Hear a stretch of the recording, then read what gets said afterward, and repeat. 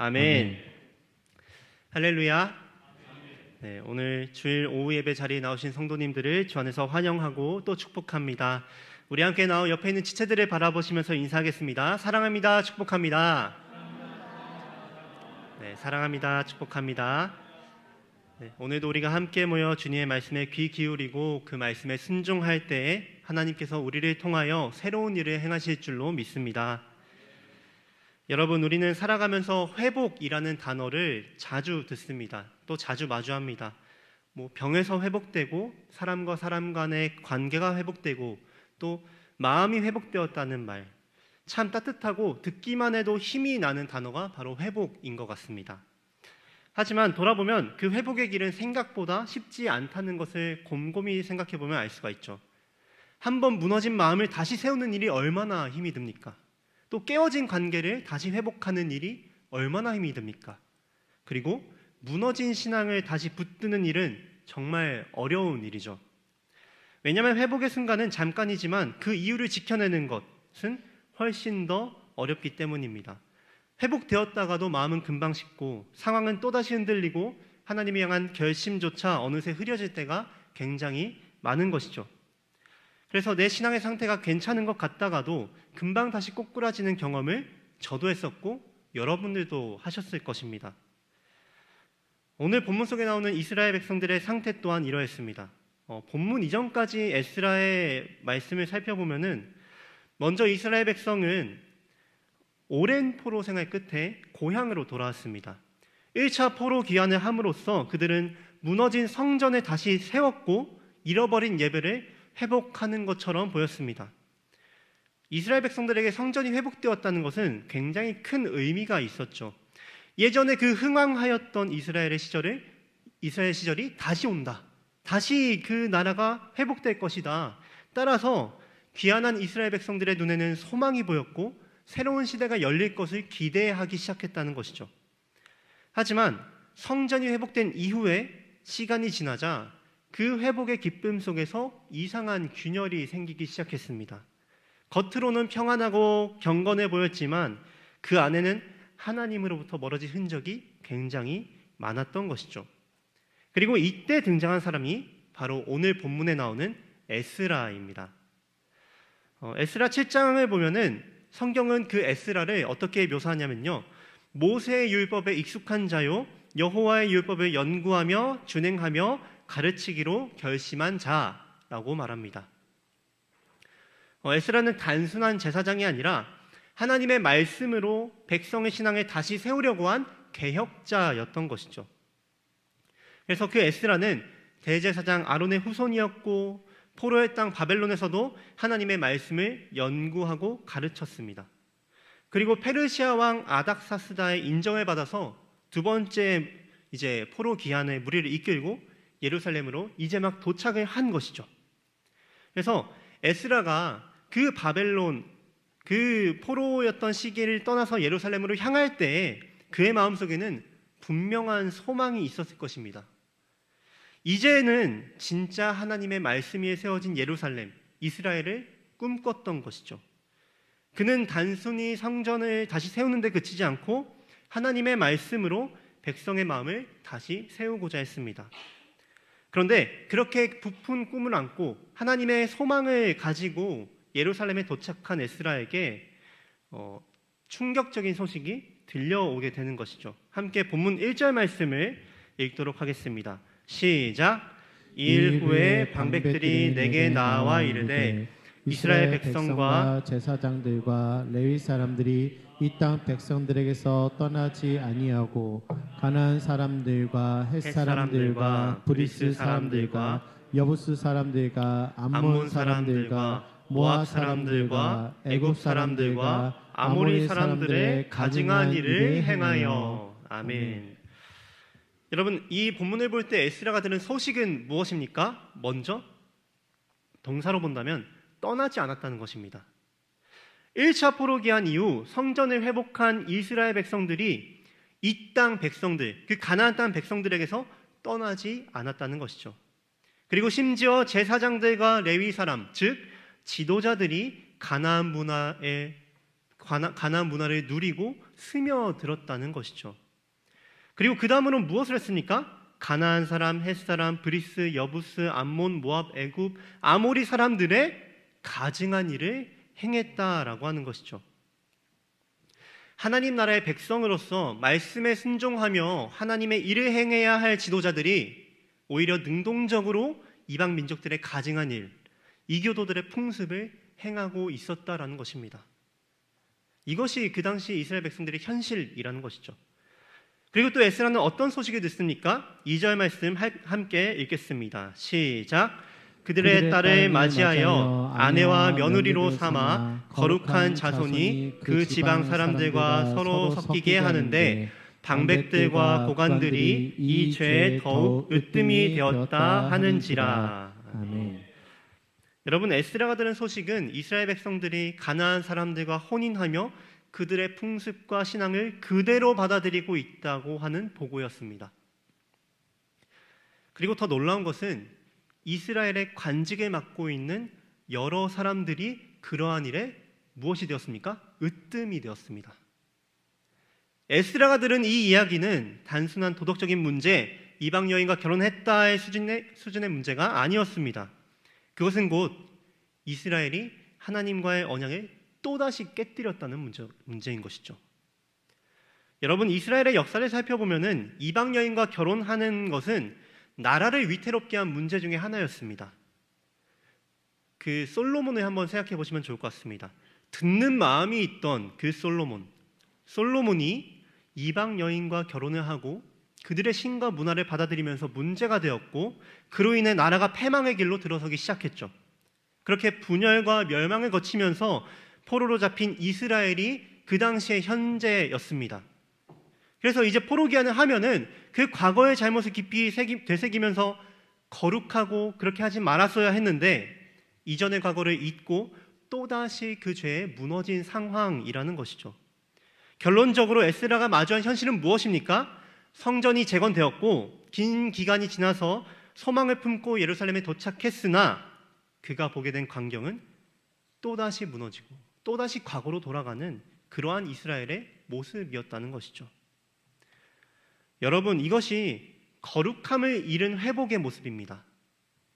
겉으로는 성전이 다시 지어졌기 때문에 다 회복된 것처럼 보이지만 내면의 중심은 이미 무너져 있는 상태.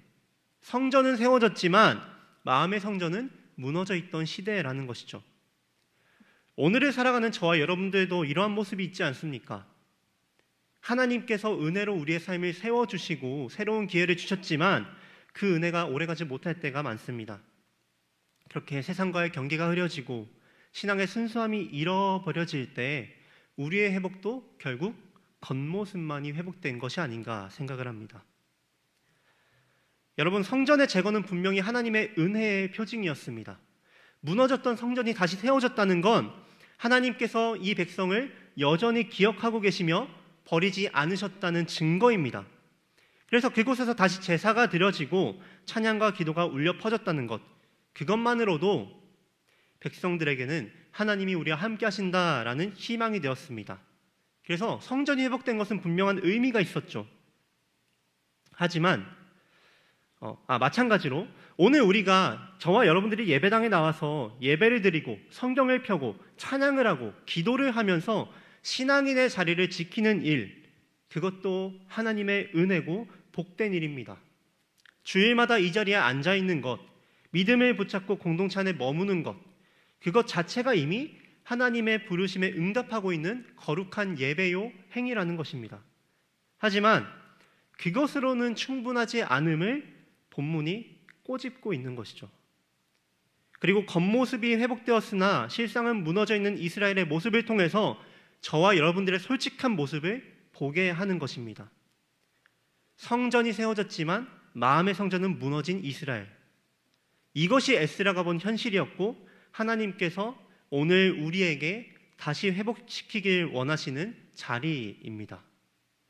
바라는 것은 내가 있는 이 처참한 자리를 직면하고 다시 한 번 더 하나님을 향해 나아가는 우리 모두가 되기를 간절히 소망합니다. 에스라는 이 처참한 현실을 보았기 때문에 마음이 무너졌습니다. 제가 3절 말씀 읽어드리겠습니다. 내가 이 일을 듣고 속옷과 겉옷을 찢고 머리털과 수염을 뜯으며 기가 막혀 앉으니 라고 합니다. 에스라는 지금 방금 들은 소식을 믿을 수가 없었습니다. 그는 오랜 세월 말씀을 연구하며 꿈꾸었을 것입니다. 언젠가 하나님께서 우리를 다시 예루살렘으로 돌려보내시고 말씀 위에 세워진 백성으로 회복시키실 것이다 라는 꿈을 꾸었을 것입니다. 그 꿈을 이루기 위해 그 하나님의 비전을 받아서 먼 길을 걸어온 에스라인데, 그래서 이제 하나님이 회복을 이루시겠지 하셨는데 그때 가장 듣기 힘든 소식을 들은 것이죠. 그 소식을 들은 에스라는 본문을 보니까 말을 잃었습니다. 그는 즉시 반응하지 않았습니다. 그저 옷을 찢고 머리털과 수염을 뜯으면서 그 자리에 기가 막혀 앉아있는 모습을 보입니다. 당시 고대 근동사회에서 옷을 찢는다라는 것은 단순한 슬픔의 표현이 아니라 절망과 회개의 상징이었습니다. 그는 단순히 왜 이런 일이 벌어졌는가를 묻지 않고 그의 통곡은 하나님 앞에 무너진 자기 백성의 모습을 보는 아픔이었습니다. 그런데 이러한 현실 속에서 이렇게 에스라가 통곡하며 회개하고 절망하고 있는 이 현실 앞에서 한 가지 변화가 생기기 시작하는데요. 함께 4절 말씀을 읽도록 하겠습니다. 시작. 이에 이스라엘의 하나님의 말씀으로 말미암아 떠는 자가 사로잡혔던 이 사람들의 죄 때문에 다 내게로 모여오더라. 내가 저녁 제사 드릴 때까지 기가 막혀 앉았더니. 아멘. 여러분, 어떤 사람들이 등장합니까? 하나님의 말씀으로 말미암아 떠는 자들, 즉 말씀 앞에서 진동하는 마음, 떨리는 마음, 움직이는 마음을 가진 사람들이 에스라 앞에 하나둘씩 모여들기 시작한 것이죠. 여러분, 이 상황은 어떤 상황입니까? 에스라의 고통, 절망, 회개의 표현이 회복의 마중물이 된 것이죠. 죄를 끌어안고 하나님과 씨름하는 에스라의 모습이 하나님의 말씀을 두려워하는 사람들의 마음을 움직이게 된 것입니다. 자, 다음으로 또 본문을 살펴보겠습니다. 함께 5절과 6절 말씀을 읽겠습니다. 시작.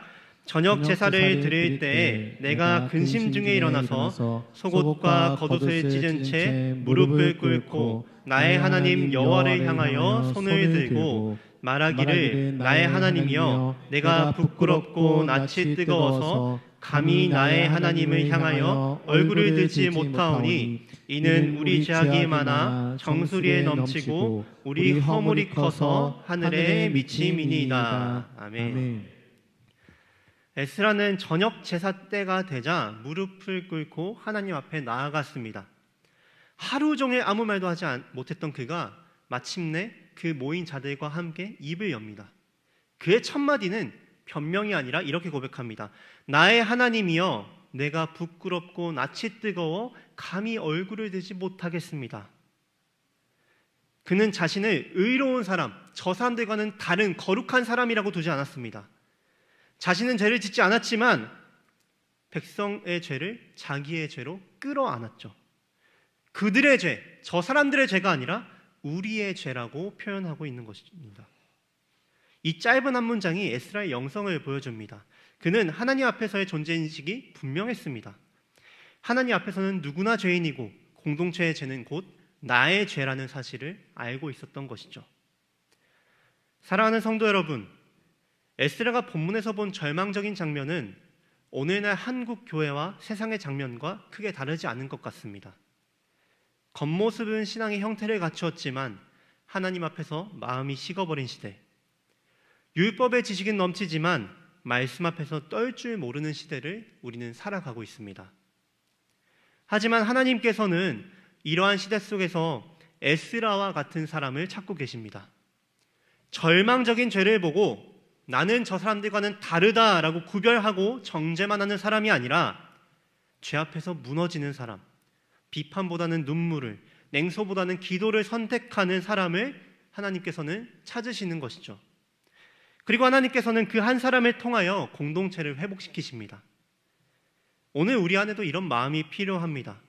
가정이 무너지고 교회가 흔들릴 때 세상의 탁탁이보다 먼저 무릎을 꿇는 사람, 공동체의 죄를 우리의 죄라고 고백하며 회개하는 그 한 사람을 통하여 하나님은 다시 회복의 역사를 쓰신다는 것이죠. 바라는 것은 우리 수원북부교회 성도님 한 사람 한 사람이 에스라와 같은 이 신앙의 태도를 가지게 되기를 간절히 소망합니다. 그러면 우리 함께 마지막 본문을 살펴보겠습니다. 함께 8절 말씀을 읽도록 하겠습니다. 시작.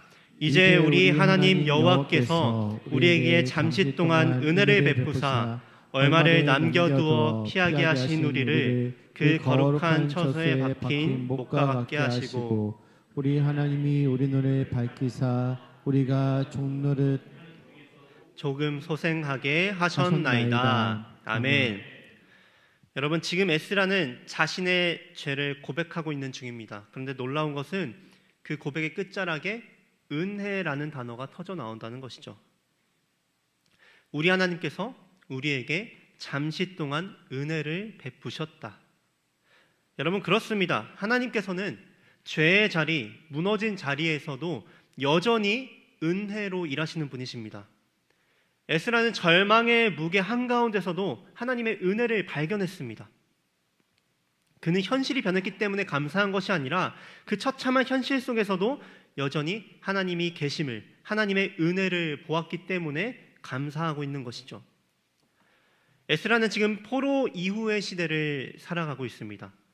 이스라엘은 여전히 페르시아의 지배 아래 있었고 하나님의 약속도 완전히 이루어진 것이 아닙니다. 성전이 회복되었지만 성벽은 아직 무너져 있는 상태였고 이스라엘 백성들의 상태는 여전히 무너져 있는 모습이었습니다. 그럼에도 그는 고백합니다. 하나님이 잠시 동안 은혜를 베푸셨습니다. 여기서 잠시 동안이라는 말은 시간의 짧음이 아니라 하나님의 자비의 연속성을 의미합니다. 즉 하나님께서는 완전한 회복을 주시기 전에도 그 백성이 완전히 끊어지지 않도록 은혜의 여지를 계속해서 때마다 남겨두셨다는 것이죠. 하나님은 그 심판 가운데서도 그 완성까지의 길 가운데서 은혜의 숨통을 그들에게 계속해서 틔워주신다는 것입니다. 사랑하는 여러분, 우리에게도 이런 은혜가 있지 않습니까? 모든 것이 무너진 것 같을 때 그럼에도 하나님이 우리를 완전히 놓지 않으셨다는 사실, 숨 쉴 틈 하나를 남겨두신 그 하나님의 자비, 그것이 바로 본문에서 말하는 잠시 동안의 은혜라는 것이죠. 그 은혜가 저와 여러분들을 살렸고 그 은혜가 오늘 예배 자리에도 있게 한 것입니다. 그리고 에스라는 이어서 얼마를 남겨두어 피하게 하셨다라고 고백합니다. 이것은 바로 남은 자의 신앙의 선언입니다. 하나님은 진노 중에서도 완전한 파멸을 허락하지 않으셨고 언제나 한 줄기의 생명, 남은 믿음, 남은 자, 남은 사람들을 통하여서 역사를 시작하시고 이어가신다는 것이죠. 바벨론 포로에서 돌아온 백성들 자체가 바로 그 남은 자들이었습니다. 그들은 하나님의 심판을 지나 살아남은 자들이었고 그 존재 자체가 하나님의 긍휼의 증거였던 것입니다. 여러분, 오늘 우리도 그렇습니다. 하나님께서 우리를 여전히 이 자리, 여러분들의 그 자리에 남겨두셨다는 사실, 그것이 이미 은혜이고 하나님께서 여러분들을 남은 자로 세우셨다는 증거입니다. 넘어졌지만 여전히 예배드리고 있다면, 완벽하진 않지만 하나님을 바라고 있다면 그것이 바로 남은 자의 표지라는 것이죠. 그리고 에스라는 이 남은 자들을 그 거룩한 처소에 박힌 못과 같게 해달라고 기도합니다. 이 표현은 정말 놀라운데요, 박힌 못과 같다라고 표현합니다. 이것은 단순한 비유가 아니라 하나님께 단단히 붙들린 존재라는 의미죠. 포로 생활을 수없이 거치며 흔들리고 무너졌던 이스라엘이지만 그런데 하나님께서는 그들을 완전히 놓지 않으셨습니다. 그리고 에스겔은 바로 이러한 자신들을 그 거룩한 처소에 박힌 못과 같게 끝까지 붙들어 달라고 지금 기도하고 있는 것입니다. 사랑하는 성도 여러분, 하나님께 박힌 못은 절대 흔들리지만 뽑히지 않습니다. 바람이 불고 세상이 요동해도 하나님이 붙드신 인생은 결코 뽑히지 않습니다. 하나님은 무너진 사람을 완전히 버리지 않으시고 그들을 붙들어 다시 세우시는 분이십니다. 이 사실을 기억하며 오늘 하루도 담대하게 나아가는 우리 모두가 되기를 간절히 소망합니다. 이제 말씀을 마무리하겠습니다. 사랑하는 성도 여러분, 에스라가 맞이한 시대는 참으로 복잡했습니다. 성전은 다시 세워졌지만 백성들의 마음은 여전히 무너져 있었고, 약속의 땅으로 돌아왔지만 여전히 포로의 현실 속에 있었습니다. 그들은 하나님의 회복이 이제 완성되었다고 생각했지만 에스라는 아직 그 완성이 남았다라는 것을 알았습니다. 그리고 그것은 오늘날 저와 여러분들에게도 동일합니다. 하나님 나라는 이미 오신 예수 그리스도로 인하여서 이미 시작되었지만 아직 완성되지 않았습니다. 이 긴장 속에서 에스라는 무너진 백성들의 죄를 끌어안고 하나님께 무릎을 꿇습니다. 그리고 그 절망의 자리에서 잠시 동안 은혜를 베푸셨다고 고백합니다. 문제는 여전히 그대로였고 상황은 여전히 어두웠지만, 그런데 그 속에서도 에스라는 남은 자로서 여전히 하나님의 일하심을 보고 있었던 것입니다. 여러분, 사랑하는 여러분, 우리도 이와 마찬가지로 이 긴장된 시대 속에 살아가는 남은 자들입니다. 이미 임한 하나님 나라를 경험했지만 아직 완성되지 않은 하나님 나라를 살아가는 자들입니다. 이 긴장감 속에서 때로는 나 자신의 죄 때문에 절망하기도 하고, 교회의 죄 때문에 절망하기도 하고, 이 세상의 아픔 때문에 흔들리기도 하지만 그 가운데서 남은 자로서의 자리를 지키며 오늘 에스라의 신앙처럼 끝까지 하나님을 붙들며 기도하고 공동체의 죄를 끌어안는 그런 저와 여러분들이 되기를 간절히 소망합니다. 이렇게 그러한 여러분들을 통하여서 공동체가 회복될 줄 믿습니다.